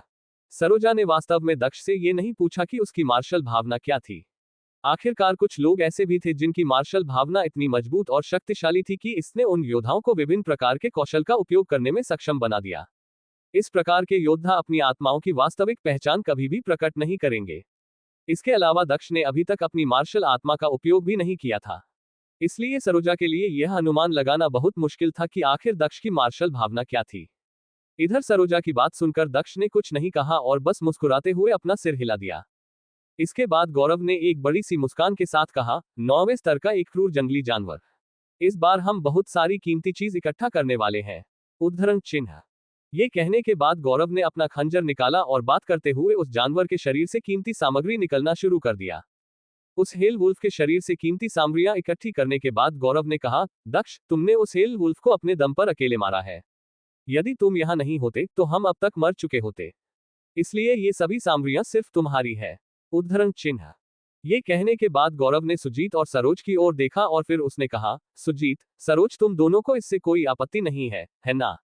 एपिसोड 14। गौरव की बात सुनकर सरोजा और सुजीत दोनों मुस्कुराने लगे और दोनों ने ही सहमति में अपना सिर हिलाया। अगर आज दक्ष यहां नहीं होता तो वह एक क्रूर और भयानक मौत मर जाते। लेकिन फिर अगले ही पल दक्ष ने कहा, परंतु मैं सहमत नहीं हूं। अब तक हमने जानवरों से जो कुछ भी एकत्रित किया है उसे हम चारों के बीच समान रूप से विभाजित किया जाना चाहिए। उद्धरण चिन्ह। दक्ष ने ऐसा इसलिए कहा क्योंकि जब उन तीनों को लगा कि दक्ष एक कमजोर योद्धा है, तब उन्होंने उसे अपने पीछे चलने को कहा और उसके साथ उन्होंने जानवरों से प्राप्त सामानों को समान रूप से दक्ष के साथ विभाजित किया। इसलिए भले ही अपने दम पर उस हेल वुल्फ को मारने का पूरा इनाम उसका हो सकता है, लेकिन दक्ष उस तरह का व्यक्ति नहीं है जो लाभ देखता हो और नैतिकता को भूल जाता हो। दक्ष की बात सुनकर वह सभी दोबारा से दक्ष को मना करना चाहते थे, किंतु जब उन्होंने दक्ष की दृढ़ आंखों में संकल्प देखा, तब उन्होंने एक साथ अपना सिर हिला दिया और कहा, ठीक है। ये कहने के बाद उन सभी लोगों के चेहरे पर एक मुस्कान आ गई। इधर दक्ष भी उन सभी का ये जवाब सुनकर मुस्कुराने लगा। इसी समय एक कमजोर आवाज आई, ऐसा लगता है जैसे कि तुम लोग मेरे बारे में भूल गए हो। उद्धरण चिन्ह। यह आवाज किसी और की नहीं बल्कि कर्णप्रीत की थी। जिस समय हेल वुल्फ ने कर्णप्रीत के ऊपर हमला किया था, उस समय कर्णप्रीत की पीठ घायल हो गई थी। उस हेल वुल्फ ने अपने पैरों से कर्णप्रीत को रौंद डाला था, जिससे उसकी हड्डियां टूट गई थी। उस समय कर्णप्रीत अपने पैरों पर वापस खड़ा होने में असमर्थ था और जमीन पर अपनी दयनीय स्थिति से दक्ष और अन्य लोगों को देख रहा था। कर्णप्रीत की बात सुनकर गौरव ने आक्रामक ढंग से कहा, भाड़ में जाओ, हम तुम्हें इसका हिस्सा क्यों दें? उद्धरण चिन्ह। इसके बाद सरोजा ने गुस्से में कहा, चलो हम यहां से चलते हैं। उसका जीवन और मृत्यु अब उसी के हाथों में है। हमें उसकी मदद करने की कोई आवश्यकता नहीं है। मत भूलो कि यह वही था जो उस हेल वुल्फ को हमारी तरफ लेकर आया था और हमें उससे लड़ने के लिए मजबूर होना पड़ा था। उद्धरण चिन्ह। सरोजा की इस बात पर सभी लोगों ने अपना सिर हिलाया और मुड़कर वहां से जाने लगे। जैसे ही वह चारों जाने वाले थे, तभी कर्णप्रीत ने एक भयानक स्वर में कहा, तुम लोगों को यह नहीं भूलना चाहिए कि मेरे बड़े भाई को पता है कि मैं तुम लोगों के साथ इस ब्लैक विंड माउंटेन पर आया हूं। यदि मैं मर जाऊं और तुम लोग यहां से जीवित निकल जाओ, तब मेरा भाई इस बारे में क्या सोचेगा? उद्धरण चिन्ह। जैसे ही कर्णप्रीत ने ये कहा, तब गौरव और अन्य लोगों ने अचानक चलना बंद कर दिया और उनके भाव थोड़े कड़वे हो गए। इसके बाद उन्होंने कर्णप्रीत की ओर मुड़कर देखा। यह देखकर कि वह सभी रुक गए हैं, कर्णप्रीत के चेहरे पर एक घमंड भरी मुस्कान आ गई और फिर उसने अपने अहंकार भरे स्वर में कहा, तुम्हारे लिए सबसे अच्छा यही होगा कि तुम मुझे वापस ले जाओ और मेरे साथ अपना सामान साझा करो, नहीं तो तुम सभी मारे जाओगे। उद्धरण चिन्ह। कर्णप्रीत की यह बात सुनकर गौरव, सुजीत और सरोजा का चेहरा बदसूरत हो गया। दूसरी तरफ कर्णप्रीत की यह बात सुनकर दक्ष ने कहा, यहां क्या चल रहा है? उद्धरण चिन्ह। दक्ष को यह समझ नहीं आ रहा था कि कर्णप्रीत लगभग मर चुका था और बुरी तरह से घायल था, फिर भी वह इतना पागल और अहंकार पूर्वक उन्हें धमकाने का प्रयास कर रहा था। दक्ष की बात सुनकर सुजीत ने दक्ष से कहा, दक्ष, कर्णप्रीत का भाई अमनप्रीत सबसे अच्छे शिष्यों में से एक है, जो वर्तमान में बाहरी शिष्यों में 6वें स्थान पर है। वह एक बेहद शक्तिशाली योद्धा है, जो साधारण ऊर्जा के 9वें स्तर तक पहुंच गया है। उसके पास कर्णप्रीत की तरह ही तलवार आत्मा भी है और वह बहुत मजबूत भी है। उद्धरण चिन्ह। सुजीत की बात सुनकर दक्ष को समझ में आ गया कि इतना घायल होने के बाद भी कर्णप्रीत उन्हें धमकाने का साहस कैसे कर रहा है। सुजीत की बात सुनने के बाद अचानक दक्ष का चेहरा बर्फ की तरह ठंडा हो गया और उसके चेहरे पर एक शैतानी मुस्कान आ गई और फिर उसने कर्णप्रीत की ओर चलना शुरू कर दिया। दक्ष को अपने पास आते हुए देखकर कर्णप्रीत ने उसे आदेश देते हुए कहा, कचरा, मुझे उठने में मदद करो। उद्धरण चिन्ह। कर्णप्रीत की यह बात सुनकर दक्ष स्तब्ध रह गया और फिर उसके चेहरे की मुस्कान गायब हो गई। उसने कर्णप्रीत की ओर देखते हुए कहा, मैं वास्तव में तुम्हारे साहस की प्रशंसा करता हूं। उद्धरण चिन्ह। ये कहने के बाद दक्ष ने तुरंत अपनी लचीली तलवार निकाल ली, जिसे देखकर कर्णप्रीत हैरान रह गया। कर्णप्रीत को इस समय बहुत अधिक भय महसूस हो रहा था और उसकी रीढ़ की हड्डी में ठंडक महसूस हो रही थी। उसने डरते हुए कहा, तुम क्या करने जा रहे हो? उद्धरण चिन्ह। दूसरी तरफ दक्ष को अपनी तलवार निकलते देखकर सरोजा भी चिल्लाई। दक्ष दरअसल अमनप्रीत एक बहुत ही प्रसिद्ध और प्रतिभाशाली शिष्य था। वह संप्रदाय के बाहरी शिष्यों में छठा सर्वश्रेष्ठ शिष्य भी था। वह अत्यंत बलशाली और बहुत मजबूत था। इसलिए सरोजा ने सोचा कि अगर दक्ष ने कर्णप्रीत को मारकर अमनप्रीत को नाराज कर दिया, तो अमनप्रीत दक्ष को कभी भी नहीं छोड़ेगा और उसे अवश्य ही मार डालेगा। इसलिए उसे दक्ष की चिंता होने लगी। इधर सरोजा की आवाज सुनकर दक्ष ने सरोजा और अन्य दो लोगों की ओर देखा और कहा, इसके व्यवहार को देखते हुए क्या तुम लोगों को लगता है कि अगर हमने उसे बचा भी लिया तो वह हमें छोड़ देगा? उद्धरण चिन्ह। दक्ष की बात सुनकर समूह के सभी लोगों का चेहरा अचानक स्तब्ध रह गया। उनकी पीठ पर ठंडा पसीना आने लगा। दरअसल दक्ष की बात सुनकर सभी को यह पता चल गया कि अगर उन्होंने कर्णप्रीत को बचा भी लिया तो भी संभवतः कर्णप्रीत उन्हें इतनी आसानी से जाने नहीं देगा और उनके साथ अवश्य ही कुछ बहुत बुरा करेगा। इसके बाद दक्ष ने आगे कहा, हमने उसे कभी भी नाराज नहीं किया, लेकिन वह हमेशा सोचता है कि वह ही हमेशा सही है। अब जब वह घायल हो गया है तब भी उसके रवैया में कोई सुधार नहीं आया है, बल्कि उसने हमें उसे बचाने का आदेश भी दिया। इसके अलावा वह ये भी चाहता है कि हम अपनी सारी चीजें उसके साथ साझा करें। क्या तुम लोग अभी भी एक ऐसे व्यक्ति को बचाना चाहते हो? उद्धरण चिन्ह। हालांकि अभी दक्ष सहित सभी लोग केवल 17 या 18 वर्ष के ही थे, लेकिन दक्ष जो अपने पिछले और वर्तमान जीवन में बहुत कुछ झेल चुका था, उसके पास वहां उपस्थित सभी लोगों से बहुत अधिक अनुभव था। इसलिए वह इन सभी बातों को अच्छी तरह से समझता था। इधर दक्ष की बात सुनकर बाकी तीनों ने सहमति में अपना सिर हिला दिया। वे वास्तव में डरे हुए थे कि अगर उन्होंने कर्णप्रीत को बचा लिया तब कर्णप्रीत का भाई अमनप्रीत उनसे बदला जरूर लगा। इसके बाद दक्ष ने घूमकर कर्णप्रीत की ओर देखा। दक्ष को अपनी ओर देखते हुए देखकर कर्णप्रीत को आखिरकार अपनी रीढ़ की हड्डी में ठंडक महसूस हुई और उस भय का एहसास होने लगा। कर्णप्रीत ने जमीन पर दयनीय रूप से कराहते हुए कहा, मैं कसम खाता हूं कि यदि तुम मुझे बचाते हो तो मैं बदला नहीं लूंगा और मैं तुमसे एकत्रित वस्तुओं में से कोई भी वास्तु साझा करने के लिए भी नहीं कहूंगा। उद्धरण चिन्ह। इस पर दक्ष ने उदासीनता से कहा, अब बहुत देर हो चुकी है। उद्धरण चिन्ह। ये कहते ही दक्ष ने अपनी तलवार निकाली जो चमकदार रोशनी के साथ हवा में चमक उठी और फिर अगले ही पल कर्णप्रीत का गला काट दिया। इस समय कर्णप्रीत की आंखें खुली की खुली रह गई और उसका सिर अलग होकर जमीन पर गिर पड़ा। उसकी आंखों में सदमा साफ दिखाई दे रहा था। इधर कर्णप्रीत के बेजान शव को देखकर अचानक दक्ष का दिल जोरों से धड़क उठा। बेशक ऐसी यात्रा में खून और लाशों से बचा नहीं जा सकता था, लेकिन ये पहली बार था जब दक्ष ने किसी को अपने हाथों से मारा था और इस जीवन में वह अभी भी अनुभवहीन था। इसके बाद दक्ष ने एक गहरी सांस लेते हुए सुजीत और गौरव की ओर देखा और कहा, अगर अमनप्रीत आता है तो उसे सच बताना, उसे बताना कि मैं ही वह था जिसने उसके भाई कर्णप्रीत को मार डाला। उद्धरण चिन्ह। दक्ष को अमनप्रीत का बिल्कुल भी भय नहीं था। दक्ष को इससे कोई फर्क नहीं पड़ता था कि अमनप्रीत साधारण ऊर्जा के 9वें स्तर पर पहुंच गया था। एपिसोड 15। इसके बाद दक्ष की बात सुनने के बाद गौरव ने मुस्कुराते हुए कहा, दक्ष, हम भाइयों की तरह है। तुमने कर्णप्रीत को मार डाला, इसलिए हम सभी इसकी जिम्मेदारी साझा करेंगे। उद्धरण चिन्ह। दरअसल गौरव ने आसानी से असली कारण को समझ लिया था कि दक्ष ने कर्णप्रीत को आखिर क्यों मारा था। उसने सब कुछ अपने हाथों से किया था, क्योंकि वह उन्हें भविष्य में किसी भी परेशानी में नहीं फंसाना चाहता था। इससे गौरव को दक्ष के लिए सच्ची प्रशंसा महसूस हुई। दक्ष का हृदय सच्चा और उसका व्यवहार दयालुता से भरा हुआ था, जिसे आसानी से देखा जा सकता था। गौरव की बात सुनकर सुजीत ने भी कहा, बिल्कुल, अगर अमनप्रीत आता है तब हम मिलकर बोझ को एक साथ साझा करेंगे। इसके अलावा 4 पर्वतीय संप्रदाय के शिष्यों को संप्रदाय में एक दूसरे को मारने की अनुमति नहीं है, इसलिए हम संप्रदाय के भीतर सुरक्षित हैं। भले ही अमनप्रीत को संदेह हो कि हमने कर्णप्रीत को मार डाला है, वह जवाबी कार्यवाही करने की हिम्मत नहीं करेगा। उद्धरण चिन्ह। तभी सरोजा ने भी शर्माते हुए कहा, और मेरे बारे में मत भूलना, मैं भी अंत तक दक्ष के साथ हूं। उद्धरण चिन्ह। ये कहते हुए उसके चेहरे पर एक विशेष सुंदर मुस्कान थी। उन सभी की बातें सुनकर दक्ष का हृदय द्रवित हो गया। वह ऐसे दोस्त बनकर इस जीवन में खुश था। उसने मुस्कुराते हुए कहा, ठीक है। सुजीत सही कह रहा था। चार पर्वतीय संप्रदाय को संप्रदाय के बाहर होने वाली चीजों पर कोई आपत्ति नहीं थी, लेकिन किसी भी समस्या को रोकने के लिए संप्रदाय के भीतर सख्त नियम बनाए गए थे। इसके बाद दक्ष ने कर्णप्रीत के शरीर की जांच की, जिसमें उसे एक किताब मिली। दक्ष ने उस किताब को देखते हुए कहा, बिजली की गर्जना तलवार कौशल, उद्धरण चिन्ह। दक्ष ने पुस्तक का नाम बोलते हुए पुस्तक खोली। बिजली की गर्जना तलवार कौशल एक साधारण स्तर का कौशल था। यदि इस कौशल को पूर्णता तक महारत हासिल कर लिया जाए, तो इसका प्रत्येक प्रहार बिजली गिरने जैसा लगेगा और उसके बाद बिजली की विस्फोटक गर्जना होगी। बिजली की गर्जना जबरदस्त विनाशकारी शक्ति के साथ तलवार के प्रक्षेप पथ में यात्रा करेगी। उस पुस्तक की ओर देखते हुए सुजीत ने कहा, रोआरिंग थंडर, ये जिंग इमारत का एक तलवार कौशल है। कर्णप्रीत ने अपने भाई से इस कौशल का अभ्यास करने के लिए इस पुस्तक को उधार लिया था। यह एक शक्तिशाली कौशल है, लेकिन इसे सीखना और इसमें उस स्तर तक महारत हासिल करना विशेष रूप से बहुत कठिन है, जहां आप हमेशा बिजली की गड़गड़ाहट प्रकट कर सकते हैं। मैंने उस कौशल का अभ्यास किया था, लेकिन मैं इसकी अवधारणा को समझने में असफल रहा है।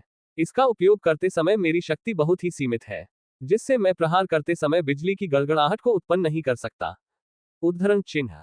सुजीत एक तलवार योद्धा बनने के लिए प्रशिक्षण ले रहा था, इसलिए उसने इस तलवार पुस्तक जैसी और कई किताबें पढ़ रखी थी। सुजीत की बात सुनकर दक्ष ने बस अपना सिर हिलाया। वर्तमान में वह केवल 3 कौशलों को ही अभ्यास कर रहा था, आक्रामक और रक्षात्मक तकनीक दोनों के रूप में। वह हैवी वेव पंच तकनीक और त्वरित आंदोलन के लिए मूनलाइट फेदर एजिलेट और तलवार निकालना जैसी तेज तलवार कौशल का अभ्यास कर रहा था। यदि दक्ष रोआरिंग थंडर का अभ्यास करता, तब दक्ष इसे हैवी वेव पंच तकनीक के साथ सामंजस्यपूर्ण रूप से जोड़ सकता था और साथ ही एक नई शक्ति भी प्राप्त कर सकता था, जो संभवतः तलवार निकालने के कौशल को भी मात दे सकती थी। इसके बाद सरोजा ने कहा, क्या हम अब वापस जा सकते हैं? उद्धरण चिन्ह। अब तक वह सभी अपने दिलों में दक्ष को अपने समूह का नेता मान चुके थे, इसलिए सरोजा ने दक्ष से यह पूछा। लेकिन दक्ष संप्रदाय में वापस जाने की जल्दी में नहीं था, इसलिए उसने कहा, चूंकि हम सभी पहले से ही यहाँ हैं, तो हमें जल्दी संप्रदाय वापस जाने की जरूरत नहीं है। इसके बजाय हमें और अधिक खूंखार जानवरों की तलाश करनी चाहिए। क्या यह बेहतर नहीं होगा? उद्धरण चिन्ह। दरअसल दक्ष ब्लैक विंड माउंटेन में युद्ध अनुभव प्राप्त कर सकता था और साथ ही अभी प्राप्त हुई नहीं कौशल रोआरिंग थंडर का अभ्यास भी कर सकता था। इस तरह से वह बहुत बेहतर हो सकता था। इधर बाकी लोगों को भी रुकने से कोई डर नहीं था, क्योंकि दक्ष उनके साथ था। बस शर्त है कि वह बेहद खतरनाक क्रूर जंगली जानवरों से ना टकराए। खासकर अब जब दक्ष ने अपनी असली ताकत दिखा दी है, तब उन्हें संप्रदाय में वापस जाने की जल्दी करने की कोई आवश्यकता नहीं थी। इसके बाद सरोजा ने कहा, अगर हमने जो सामग्री एकत्रित की है, उसके बदले हमें कुछ साधारण स्तर के उच्च श्रेणी की गोलियां मिल सकती है, तो ये बहुत अच्छा रहेगा। उद्धरण चिन्ह।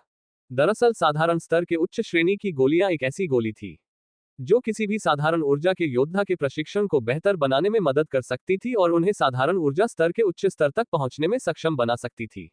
ये योद्धाओं के लिए एक अत्यधिक उपयोगी वस्तु थी। हालांकि एक साधारण स्तर के उच्च श्रेणी की गोली पाने के लिए बहुत सारे क्रूर जानवरों को मारने की आवश्यकता थी। जो वस्तुएं एक साधारण स्तर के उच्च श्रेणी की गोलियों के लिए व्यापार के योग्य थी, वह केवल उच्च स्तर के क्रूर जानवरों में ही पाई जा सकती थी, जिससे यह और भी ज्यादा खतरनाक हो जाता था। अगले ही पल सरोजा की बात सुनकर दक्ष की आंखें चमक उठी। दक्ष को याद आया कि साधारण स्तर के उच्च श्रेणी की गोली निचले स्तर के शिष्यों के लिए कितनी उपयोगी हो सकती है। भले ही वह अभी अपने प्रयासों से 8वें स्टार के क्रूर जानवरों को हराने में सक्षम था, लेकिन फिर भी वह अभी केवल साधारण ऊर्जा के 7वें स्तर पर ही था। यदि वह साधारण ऊर्जा के अगले स्तर पर पहुंच सकता है, तो वह शायद तलवार निकालने के कौशल पर निर्भर रहे बिना एक ऐसे योद्धा को हराने में सक्षम हो सकता है, जो पहले से ही साधारण ऊर्जा के 9वें स्तर तक पहुंच चुका हो। इसके बाद दक्ष और उसका समूह ब्लैक वू माउंटेन में आगे की ओर बढ़ गए। 5 दिनों के बाद दक्ष पिछले 5 दिनों से लगातार रोआरिंग थंडर स्वॉर्ड तकनीक का अभ्यास कर रहा था। घने जंगलों के बीच दक्ष की तलवार से तेज आवाज सुनाई दी। इस समय चारों ओर हवा में छोटे छोटे विस्फोटों की आवाजें गूंज रही थी। तलवार से उत्पन्न होने वाली इन आवाजों से सरोजा अभी भी डरी हुई थी। Boom boom boom. तलवार की तेज बिजली के संपर्क से पेड़ टूटकर बिखर रहे थे। दक्ष अपनी तलवार को इतनी खूबसूरती और सुंदरता से चला रहा था, जिसे देखकर ऐसा लग रहा था कि दक्ष की तलवार हवा में नृत्य कर रही हो। कोई भी योद्धा एक नजर में यह नहीं बता पाएगा कि उसकी तलवार में इतनी भयानक शक्ति भी हो सकती है। दूरी से निरीक्षण करते हुए सुजीत के चेहरे पर इस समय एक व्यंग्यात्मक मुस्कान आ गई और उसने कहा, 5 दिनों के बाद रोआरिंग थंडर कौशल का उपयोग करने में इस स्तर तक सक्षम होना, यह वास्तव में एक राक्षसी प्रतिभा है। उद्धरण चिन्ह। सुजीत ने भी तलवार कौशल का अभ्यास किया था और वह रोअरिंग थंडर कौशल का अभ्यास भी कर चुका था। वह यह अच्छे से जानता था कि इसका उपयोग करना कितना कठिन था। लेकिन दक्ष केवल 5 दिनों से इस रोअरिंग थंडर तकनीक का अभ्यास कर रहा था और हर एक प्रहार से तेज बिजली की विस्फोटक ध्वनि उत्पन्न हो रही थी। यह देखकर सुजीत का दिल थोड़ा भारी हो गया, क्योंकि इस तरह की उपलब्धि बहुत ही आश्चर्यजनक हो सकती है। इस समय दक्ष क्लाउड तेंदुए के साथ लड़ाई कर रहा था। उन दोनों को लड़ते हुए देखकर गौरव ने अपने हाथ बांधते हुए कहा, तुम अपनी तुलना दक्ष से मत करो। वह अपने प्रशिक्षण के रूप में उस क्लाउड तेंदुए का उपयोग कर रहा है। क्या तुम ये कर सकते हो? उद्धरण चिन्ह। गौरव की आवाज सुनकर अचानक सुजीत की मुस्कान थोड़ी टेढ़ी हो गई। दक्ष की सबसे भयानक बात यह थी कि वह किसी भी समय उस क्लाउड तेंदुए को मार सकता था। लेकिन उसने ऐसा नहीं किया, बल्कि इसके बजाय उसने उस क्लाउड तेंदुए का इस्तेमाल प्रशिक्षण के लिए किया। दक्ष तलवार चलाने में इतना तेज था कि ऐसा लग रहा था मानो उसके सामने एक अदृश्य दीवार खड़ी हो गई हो, जो उसके पास आने वाले किसी भी चीज को आसानी से रोक रही हो। भले ही वह क्लाउड तेंदुआ बेहद तेज था, लेकिन वह दक्ष की गति का मुकाबला नहीं कर पा रहा था। दूसरी तरफ अगले ही पल दक्ष ने उस क्लाउड तेंदुए के सिर में अपनी तलवार घुसा दी, जिससे उस क्लाउड तेंदुए का सिर बिजली की गर्जना से भर गया और फिर अगले ही पल उसका सिर हिंसक तरीके से टुकड़े टुकड़े हो गए। यह देखकर दक्ष मुस्कुराने लगा और फिर उसने अपनी तलवार वापस अपनी म्यान में रख ली। वह रोअरिंग थंडर कौशल से बेहद संतुष्ट लग रहा था। 5 दिनों के लगातार अभ्यास से उसने रोअरिंग थंडर कौशल का अभ्यास उस स्तर तक कर लिया था, जिसमें वह प्रत्येक हमले के साथ बिजली के गर्जना की ध्वनि उत्पन्न कर सकता था। यदि दक्ष इस कौशल में पूरी तरह से महारत हासिल करने में कामयाब हो गया, तो वह कौशल शौर्य की हैवी वेव पंच तकनीक से भी अधिक मजबूत होगी। इस समय दक्ष का चेहरा नाजुक लग रहा था। उसके चेहरे की विशेषताएं एक सुंदर लेकिन एक मोहक आकर्षक दे रही थी। अपने पिछले जीवन की तुलना में वह इस जीवन में अधिक सुंदर दिख रहा था। इसके बाद गौरव ने क्लाउड तेंदुए की लाश से कीमती वस्तुएं एकत्रित की और फिर उसने सभी वस्तुएं अपने बैग में रख ली। हालांकि गौरव का उद्देश्य पहले अपने कौशल में सुधार करने के लिए शिकार करना और कुछ क्रूर जानवरों को मारने का था, लेकिन अब वह केवल उन कीमती वस्तुओं को इकट्ठा कर रहा था जिन्हें दक्ष ने पीछे छोड़ दिया था। लेकिन इससे वह दुखी नहीं था। इसके बाद दक्ष ने कहा, गौरव, हमने जानवरों से जो सामग्री एकत्रित की है, उसके बदले हमें कितनी साधारण स्तर की उच्च श्रेणी की गोलियां मिल सकती है? उद्धरण चिन्ह। दक्ष की यह बात सुनकर गौरव ने अपनी आंखों में उत्साह के साथ कहा, दक्ष, हमने जितनी सामग्रियां एकत्रित की है, उससे हम कम से कम 13 साधारण स्तर के उच्च श्रेणी की गोलियां प्राप्त कर सकते हैं। उद्धरण चिन्ह। गौरव ने कभी यह सोच भी नहीं था कि वह इतनी सारी चीज इकट्ठा कर लेगा, पर यह सब सच था और यह दक्ष की बदौलत था। यदि दक्ष वहां नहीं होता, तो 7वें स्तर के क्रूर जानवरों को मारना भी उनके लिए बहुत मुश्किल होता। 8वें स्तर के क्रूर जानवर की तो बात ही भूल जाओ। गौरव की बात सुनकर दक्ष ने मुस्कुराते हुए कहा, बहुत अच्छा, इससे हम में से प्रत्येक के पास 3 साधारण स्तर के उच्च श्रेणी की गोलियां हो सकती है और हम अन्य सामग्रियों का आदान प्रदान उपयोगी वस्तुओं या हथियारों के लिए भी कर सकते हैं। शायद अब हमें संप्रदाय में वापस जाना चाहिए और अपनी कड़ी मेहनत का आनंद लेना चाहिए। उद्धरण चिन्ह। साधना पथ पर किसी भी योद्धा को शक्ति बढ़ाने के लिए साधारण स्तर की उच्च श्रेणी की गोलियां बहुत उपयोगी होती थी। पहली 3 साधारण स्तर की उच्च श्रेणी की गोलियां सबसे प्रभावशाली थी। प्रत्येक गोली के बाद शरीर के भीतर ऊर्जा प्रतिरोध दिखाना शुरू कर देती थी। पहली साधारण स्तर की उच्च श्रेणी की गोली से शरीर में ऊर्जा की मात्रा बढ़ जाती थी और इससे योद्धा के साधारण ऊर्जा के अगले स्तर पर पहुंचने की संभावना भी बहुत अधिक बढ़ जाती थी। इसके बाद प्रत्येक अगली गोली का प्रभाव बहुत कम हो जाएगा और तीसरी गोली के बाद प्रभाव बिल्कुल ही कम हो जाएगा। 3 साधारण स्तर के उच्च श्रेणी की गोलियों के बारे में सोचकर ही गौरव और अन्य दोनों बहुत खुश हो गए। इसके अतिरिक्त चुनने के लिए और कई प्रकार की गोलियां थी और उन गोलियों की मदद से वह सभी साधारण ऊर्जा के 8वें स्तर तक पहुंच सकते थे। 4 पर्वतीय संप्रदाय के भीतर सबसे निचले योद्धा साधारण ऊर्जा के 5वें स्तर पर थे। जो शिष्य साधारण ऊर्जा के 7वें स्तर तक पहुंच गए थे, उन्हें भी साधारण ही माना जाता था। केवल वे लोग जो साधारण ऊर्जा के 8वें स्तर तक पहुंच चुके थे, उन्हें संप्रदाय से पूरा लाभ प्राप्त होता था। दक्ष के साथ उन दिनों के दौरान गौरव, सुजीत और सरोजा ने दक्ष के व्यक्तित्व और उसके अभिनय के तरीकों को समझना शुरू कर दिया था। दक्ष अपने साधना पथ पर बहुत मेहनती था और उसके पास एक अविश्वसनीय ईश्वरीय जैसी आभा थी, जो हर समय उसके चेहरे पर चमकती रहती थी। इसके बाद दक्ष ने कहा, चलो अब वापस चलते हैं। उद्धरण चिन्ह। इसके बाद वह सभी जल्द ही संप्रदाय वापस लौट आए। संप्रदाय में लौटने के बाद उन्होंने सबसे पहले उन बहुमूल्य वस्तुओं को संप्रदाय के आदान प्रदान शाखा में 12 साधारण स्तर के उच्च श्रेणी की गोलियां से बदल दिया, जिनमें से प्रत्येक को 3-3 गोली प्राप्त हुई। इसके बाद दक्ष ने एक तलवार के लिए कुछ अतिरिक्त सामग्री का आदान प्रदान किया। गौरव ने भी एक नई कुल्हाड़ी खरीदी और सुजीत ने अन्य गोलियों के लिए वस्तुओं का आदान प्रदान किया, जो कि उसकी साधना की नींव पर किसी भी बुनियादी बातों को मजबूत कर सकती थी। इस यात्रा के दौरान सुजीत को अंततः पता चला कि उसकी साधना की नींव अभी पर्याप्त मजबूत नहीं हुई है। सरोजा ने कुछ सौंदर्य गोलियों के बदले अपनी वस्तुओं का आदान प्रदान किया था। सरोजा ने जिन गोलियां के लिए अपनी वस्तुओं का आदान प्रदान किया था, इन गोलियों का उपयोग किसी महिला को और अधिक आकर्षक और सुंदर बनाने के लिए किया जाता था। दक्ष को यह बात समझ नहीं आ रही थी कि सरोजा ने इन गोलियों को क्यों चुना। वह तो पहले से ही अविश्वसनीय रूप से सुंदर थी। दक्ष को अपनी ओर घूरते हुए देखकर सरोजा ने कहा, तुम मुझे ऐसे क्यों देख रहे हो? उद्धरण चिन्ह। ये कहने के बाद अचानक सरोजा शर्माते हुए दूसरी ओर देखने लगी। सरोजा की बात सुनकर दक्ष ने कहा, मैं बस ये सोच रहा था कि तुम पहले से ही बहुत खूबसूरत हो। मुझे नहीं लगता कि तुम्हें किसी भी तरह से बदलने की आवश्यकता है। उद्धरण चिन्ह। दक्ष की यह बात सुनकर सरोजा का चेहरा शर्म से लाल हो गया। यह देखकर दक्ष की मुस्कान थोड़ी टेढ़ी हो गई, क्योंकि सरोजा ने सौंदर्य की गोली चुनी थी, तो ऐसे में हस्तक्षेप करने वाला वह कौन होता था? इसी समय गौरव ने कहा, दक्ष, क्या तुम वापस ब्लैक विंड माउंटेन पर जाने की योजना बना रहे हो? उद्धरण चिन्ह। दरअसल वह सोच रहा था कि यदि उसे दोबारा अवसर मिला, तो इस बार दक्ष और वह एक साथ ब्लैक विंड माउंटेन पर वापस जा सकते हैं और भी अधिक सामग्री एकत्रित कर सकते हैं। गौरव की बात सुनकर दक्ष ने कहा, अभी नहीं, चलो पहले अभ्यास करते हैं और अपने कौशल में सुधार करते हैं। मुझे लगता है कि साधारण ऊर्जा के 7वें स्तर पर होना संप्रदाय के भीतर अभी भी बहुत कम है। उद्धरण चिन्ह। दक्ष की बात सुनकर गौरव ने कहा, वास्तव में हम सभी को अपने कौशल में सुधार करने की आवश्यकता है। दक्ष, अपनी वर्तमान ताकत को देखते हुए तुम अभ्यास करने के लिए कहीं भी जा सकते हो। मुझे नहीं लगता कि तुम्हें कोई रोक सकेगा। उद्धरण चिन्ह। इसके बाद कुछ सोचते हुए गौरव ने दक्ष को एक जगह के बारे में बताया, जहां एक विशाल घाटी थी। वह 4 पर्वतीय संप्रदाय का सबसे प्रसिद्ध स्थान था, जिसे स्टॉर्मी गॉर्ज के नाम से जाना जाता था। 4 पार्वती संप्रदाय 4 अत्यंत ऊंची पर्वत चोटियों से घिरा हुआ था। 4 पार्वती संप्रदाय के पर्वत चोटियों के बीच में ही स्टॉर्मी गॉर्ज स्थित था। स्टॉर्मी गॉर्ज एक अत्यंत विशाल भूमि को कवर करता था और एक भूमिगत शहर की तरह कई क्षेत्रों में विभाजित था। वह घाटी विशाल थी और भीतर कई अलग अलग जगह देखे जा सकते थे। यदि कोई योद्धा इसमें प्रवेश करता है, तो शायद वह जंगल के बीच में या संभवतः रेगिस्तान में पहुंच जाएगा।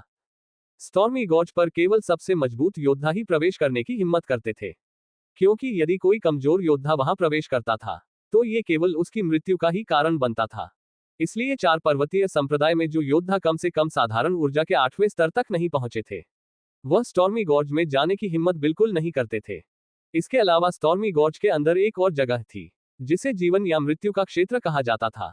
यदि कोई योद्धा स्वेच्छा से जीवन या मृत्यु के क्षेत्र में कदम रखता था, तो वह विद्वेष के कारण मृत्यु तक लड़ सकते थे, और यदि वह दुर्घटनावश मारे जाते हैं, तो 4 पर्वतीय संप्रदाय इसमें शामिल नहीं होगा। हालांकि वहां भी प्रत्यक्ष हत्या की अनुमति नहीं थी। एक बार योद्धा के जीवन को गंभीर रूप से नुकसान पहुंचाने के बाद कोई भी योद्धा वहां सुरक्षित वापस लौटने में असमर्थ होता था। कुछ लोग घायल शिष्यों को गुप्त रूप से मर भी देते थे, क्योंकि वह संप्रदाय में लौटने का प्रयास करते थे। यदि आपके पास पर्याप्त ताकत है, तो आप सार्वजनिक रूप से किसी अन्य शिष्य की हत्या भी कर देते थे। तब भी संप्रदाय इसमें हस्तक्षेप नहीं करता। बस आपको मजबूत होना होगा। दक्ष ने स्टॉर्मी गॉर्ज की ओर देखते हुए कहा, निश्चित रूप से मैं वहां जाऊंगा। उद्धरण चिन्ह। स्टॉर्मी गॉर्ज की ओर भीड़ को जाते हुए देखकर शौर्य अपने अतीत को याद करने लगा। अपने अतीत को याद करते ही उसकी अभिव्यक्ति बहुत बदल गई।